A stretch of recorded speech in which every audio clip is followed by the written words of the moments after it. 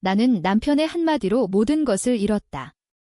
이혼하자 그 세 글자가 내 삶의 모든 것을 무너뜨린 순간 나는 창밖으로 쏟아지는 서울의 비를 보며 서 있었다.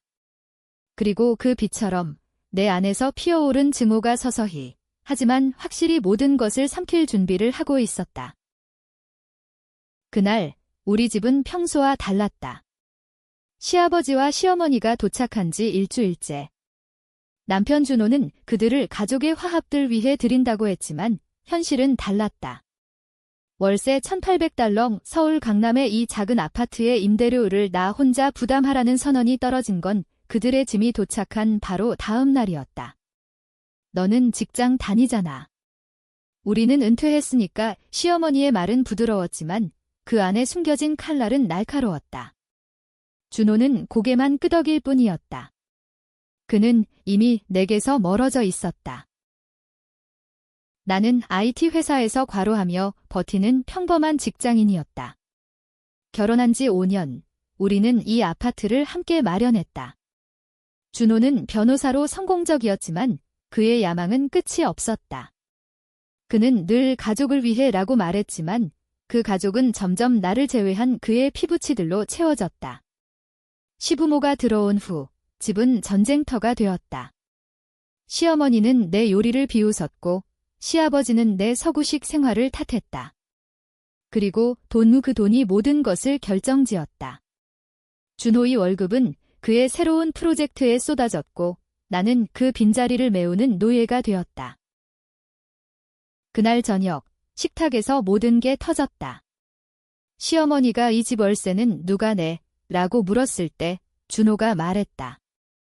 여보가 내 그녀가 알아서 할 거야. 나는 포크를 쥔 손이 떨리는 걸 느꼈다.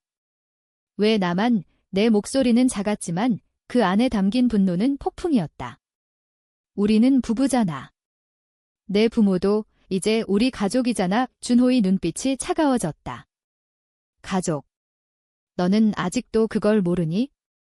이건 내 결정이야. 시부모는 미소를 지었다. 그 미소 뒤에 숨겨진 건 오랜 세월 쌓인 편애였다. 준호는 그들의 외동아들, 나는 외부인. 그날 밤 나는 소파에서 잠을 이루지 못했다. 머릿속에 스치던 건 결혼 전의 우리였다. 로맨틱한 한강 데이트, 그의 약속 영원히 내 곁에 있을게. 이제 그 약속은 먼지였다. 다음 날 아침 나는 회사로 향하는 지하철에서 눈물을 삼켰다. 서울의 아침은 언제나 바빴다. 사람들 사이에 섞여 내 고통은 보이지 않았다. 하지만 안에서 불타오르고 있었다. 퇴근 후 집에 돌아오니 준호가 서류를 내밀었다. 이혼 합의서. 서명해. 그의 목소리는 평온했다. 마치 날씨를 이야기하는 듯. 왜? 갑자기 나는 물었다. 그는 한숨을 쉬었다. 너와는 더 이상 안 돼. 부모님도 싫어하시고 나도 피곤해. 그 순간 모든 퍼즐이 맞춰졌다. 시부모의 등장은 우연이 아니었다. 그들은 준호를 설득한 거였다. 돈. 그건 핑계. 진짜 이유는 그의 새로운 여자였다. 나는 직감으로 알았다. 그의 폰을 훔쳐본 적이 있었으니까. 그 안에 메시지들. 오늘 밤에 만나자. 사랑해. 그녀의 이름은 미경. 그의 동료였다. 나는 서명을 거부했다. 너는 나를 버리는 거야? 5년을 함께한 걸. 준호의 얼굴이 일그러졌다. 5년. 그게 다야? 이제 나는 새 삶을 시작할 거야. 부모님과 함께. 그는 문을 쾅 닫고 나갔다. 시어머니가 부엌에서 나왔다. 그래, 내가 잘못한 거지?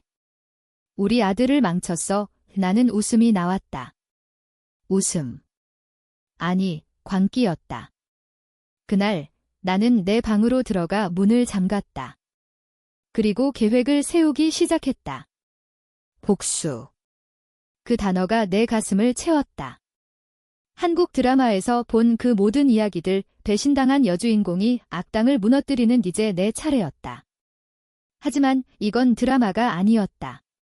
이건 내 삶. 그리고 나는 완벽하게 할 거였다. 첫 번째 단계는 정보였다. 나는 준호의 사무실 컴퓨터를 해킹했다. IT 전문가로서 그건 어렵지 않았다. 비밀번호는 그의 생일 우리가 함께한 날짜가 아니었다. 파일들 속에 숨겨진 건 충격이었다. 미경과의 사진, 은밀한 만남 기록. 그리고 더 끔찍한 것, 준호의 부모가 우리 결혼 자금을 빼돌린 증거. 5년 전 우리 예식 비용으로 모은 1억 원이 사라졌다. 그 돈은 준호의 투자에 쓰였고 실패했다.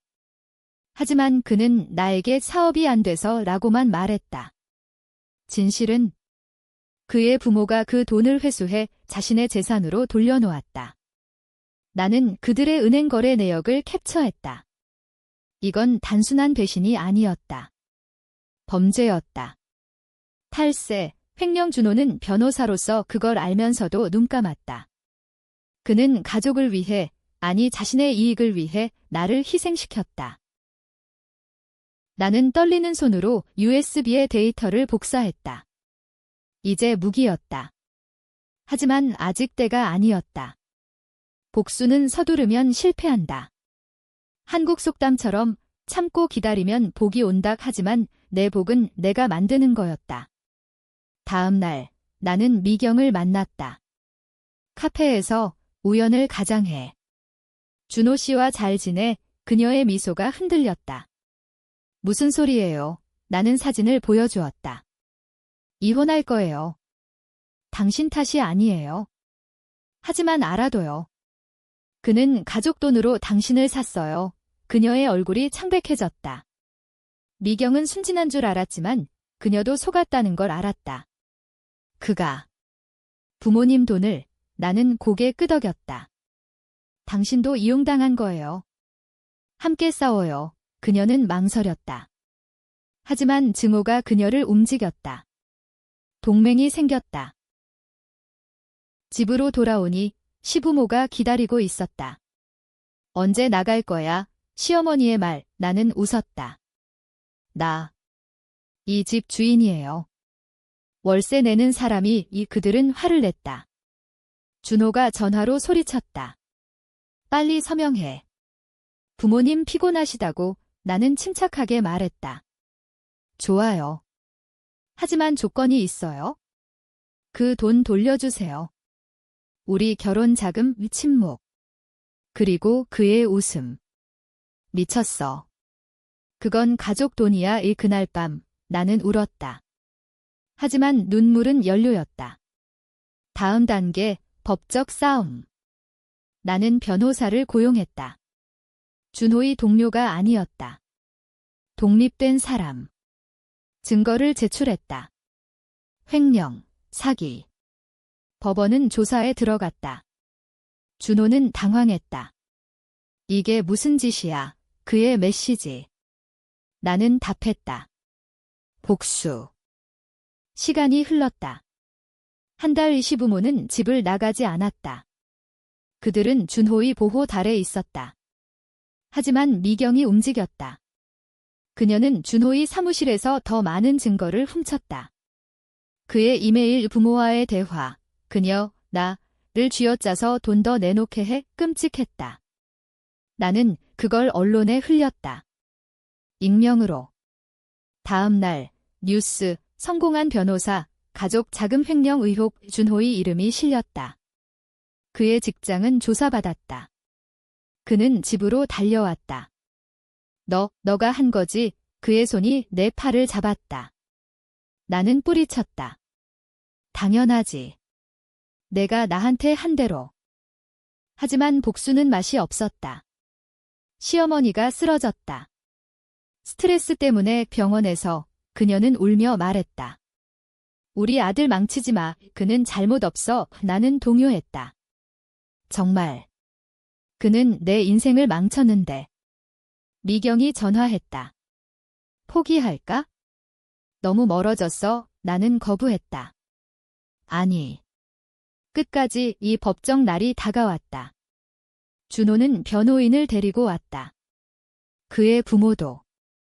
증언대에서 그는 말했다. 그녀는 과민해. 돈 문제로 나는 반박했다. 증거를 보여주며. 이건 범죄예요.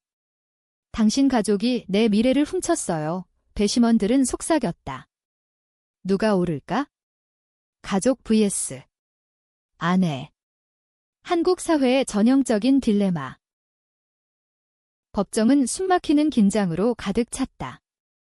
서울중앙지방법원의 그 회색 벽, 창밖으로 보이는 빌딩 숲이 내 마음처럼 차갑게 느껴졌다. 판사가 증거를 검토하는 동안 준호의 어머니가 내 쪽을 노려보았다. 그 눈빛은 내가 우리 가족을 파괴했어 라고 말하는 듯 했다. 나는 피하지 않았다. 이제 내가 공격자였다. 변호사의 질문이 시작되었다. 피고인 김준호 씨, 결혼 자금 1억 원의 행방을 설명해 주시겠어요? 준호는 침착하게 대답했다. 그건 사업 투자였습니다. 실패했지만 합법적이었어요. 거짓말.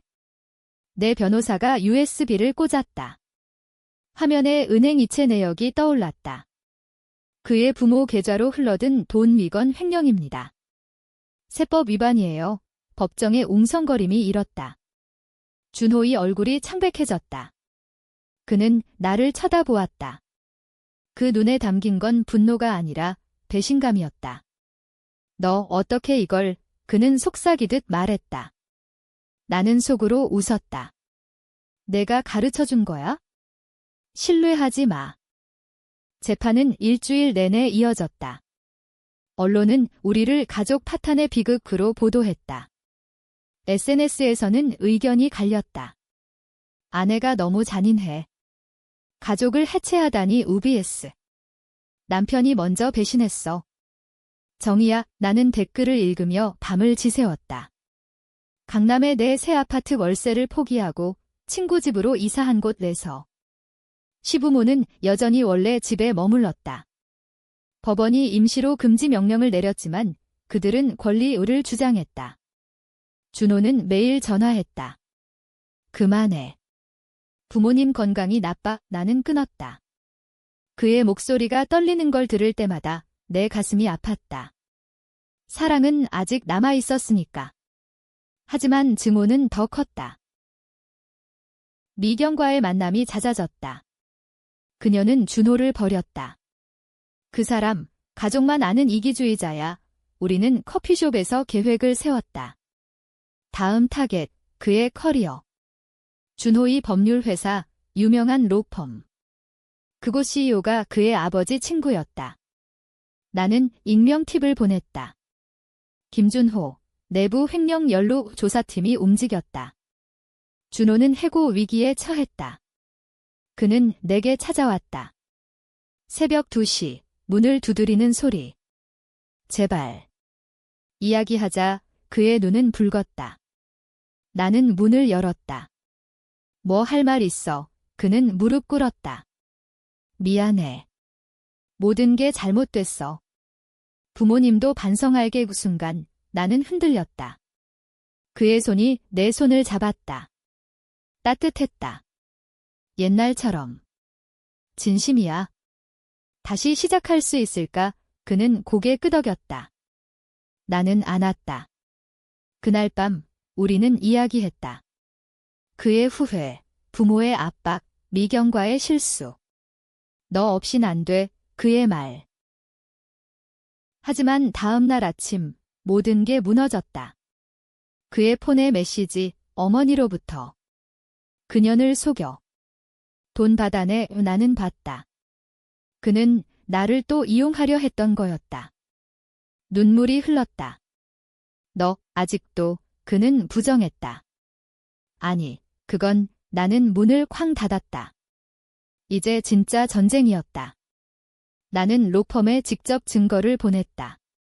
준호는 해고됐다. 뉴스 헤드라인, 변호사, 가족 횡령으로 실직. 그의 부모는 병원에 실려갔다. 스트레스성 심장마비. 나는 죄책감을 느꼈다. 하지만 멈추지 않았다. 복수는 중독이었다. 재판이 끝나갈 무렵 트위스트가 왔다. 내 변호사가 말했다. 당신 남편, 더 큰 비밀 있어요. 준호의 과거, 대학 시절 교통사고. 그는 음주운전으로 친구를 죽였고 아버지의 돈으로 은폐했다. 나는 그 친구의 가족을 만났다. 우리는 정의를 원해 그들은 증언했다. 법정에서 준호가 무너졌다. 그건 실수였어. 부모님이 그의 울음소리. 나는 봤다. 그는 피해자이기도 했다. 가족의 꼭두각시. 하지만 그게 용서로 이어질까? 배심원들은 갈렸다. 일부는 가족의 희생기라고, 다른 일부는 법 앞에 평등이라고. 서울의 겨울이 다가왔다. 눈이 내리는 거리에서 나는 혼자 걸었다. 재판은 중단됐다. 추가 조사가 필요했다. 준호의 과거 사고가 모든 걸 바꿨다. 그는 감옥에 갈 수 있었다. 10년형 신하는 그걸 원했나? 밤마다 꿈에 나왔다. 그의 얼굴, 울며 도와줘라고 하는. 나는 깨서 울었다. 복수라는 게 이렇게 고통스러울 줄이야. 미경이 사라졌다. 그녀는 너무 무서워라고 메시지를 남겼다.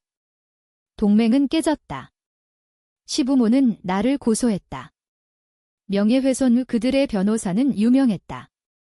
나는 지쳤다. 회사도 그만두었다. 스캔들 때문에 상사가 말했다. 이제 나는 실업자. 월세 $1,800의 그 아파트는 추억만 남았다. 나는 한강 다리로 갔다. 바람이 차가웠다. 끝내자 나는 생각했다.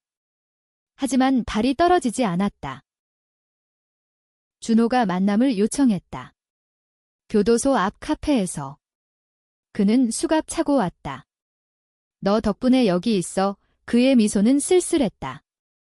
왜 불렀어? 나는 물었다. 진실을 말할게. 사고 때 나는 도망쳤어. 부모님이 덮었지. 너한테도 숨겼어. 왜냐면 사랑했으니까. 너를 잃을까 봐의 그의 눈물이 떨어졌다. 나는 흔들렸다. 그럼 왜 배신했어? 시부모 드리고 돈. 그는 고개를 저었다. 부모님 압박. 미경은 핑계. 나 자신을 용서 못해서 우리는 이야기했다. 시간 가는 줄 몰랐다. 그는 말했다. 복수 끝내. 나 용서해. 아니, 용서 안 해도 돼. 하지만 너 자신을 구해. 그날 나는 결정했다. 재판에 출석하지 않겠다고. 변호사에게 증언 철회를 지시했다. 뉴스는 아내의 용서. 아니면 거래라고 보도했다. 시부모가 찾아왔다. 고마워. 우리 아들 살려줘서. 그들의 눈빛은 변했다. 후회. 하지만 나는 믿지 않았다. 집으로 돌아가는 택시에서 나는 폰을 껐다. 자유. 아니, 공허. 하지만 트위스트가 기다리고 있었다. 미경의 메시지. 준호가 날 협박했어. 사고 은폐에 나도 관여됐어. 그녀는 증언할 거라고. 이제 준호는 더 깊은 구렁에 빠졌다. 나는 웃었다. 내 복수가 끝나지 않았다는 걸? 봄이 왔다. 벚꽃이 피는 서울. 하지만 내 마음은 여전히 겨울이었다. 준호의 재판이 재개됐다. 미경의 증언으로 그는 유죄. 15년 이 법정에서 그는 나를 봤다. 고마워. 이게 내 대가야. 그의 말. 나는 고개만 끄덕였다. 시부모는 무너졌다. 아버지는 자살 시도, 어머니는 요양원으로. 뉴스는 가족의 몰락을 다뤘다. 나는 인터뷰를 거부했다. 개인사예요. 나는 새 삶을 시작했다. 작은 스튜디오에서 일하며 책을 썼다. 제목, 배신의 그림자. 익명으로 출간. 베스트셀러가 됐다. 사람들이 영웅지라고 불렀다. 하지만 나는 아니었다. 밤에 죄책감이 왔다. 준호의 편지. 너 없이 사는 법 배워. 사랑에 으찢었다. 하지만 마음에 남았다. 미경과 만났다. 그녀는 후회했다. 나도 피해자야. 우리는 친구가 됐다. 함께 카페를 열었다. 여성의 복수라는 이름으로. 손님들은 이야기를 듣고 울었다. 한국 사회의 어두운 면 가부장제, 가족 압박. 우리는 토크쇼에 나갔다. 복수는 정의인가? 패널들이 싸웠다. 나는 말했다. 아니, 치유야. 하지만 과거가 쫓아왔다. 준호의 어머니가 찾아왔다. 아들 만나게 해줘. 그녀의 눈은 공허했다. 나는 동의했다. 교도소에서 우리는 셋이 만났다.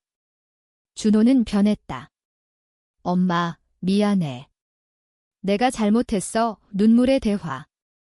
나는 봤다. 가족의 재결합. 하지만 나의 자리는 없었다. 나는 떠났다. 이제 끝. 여름의 더위가 서울을 덮쳤다. 내 카페는 번창했다. 하지만 꿈에 준호가 나왔다. 왜 날 버렸어? 나는 깨서 땀에 흠뻑. 미경이 말했다. 포기해. 새 남자 만나 우데이트 앱, 소개팅.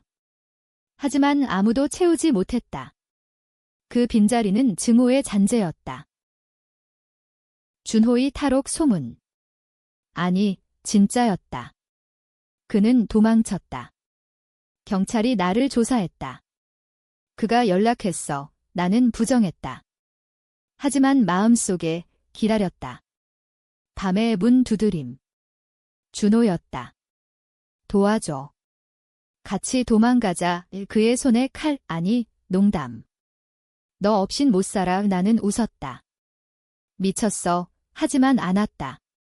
우리는 도망쳤다. 제주도로. 바다 앞에서 그는 말했다. 모든 게 계획이었어. 재판에서 탈옥도. 너를 되찾으려고. 충격. 그는 일부러 무너뜨린 거였다.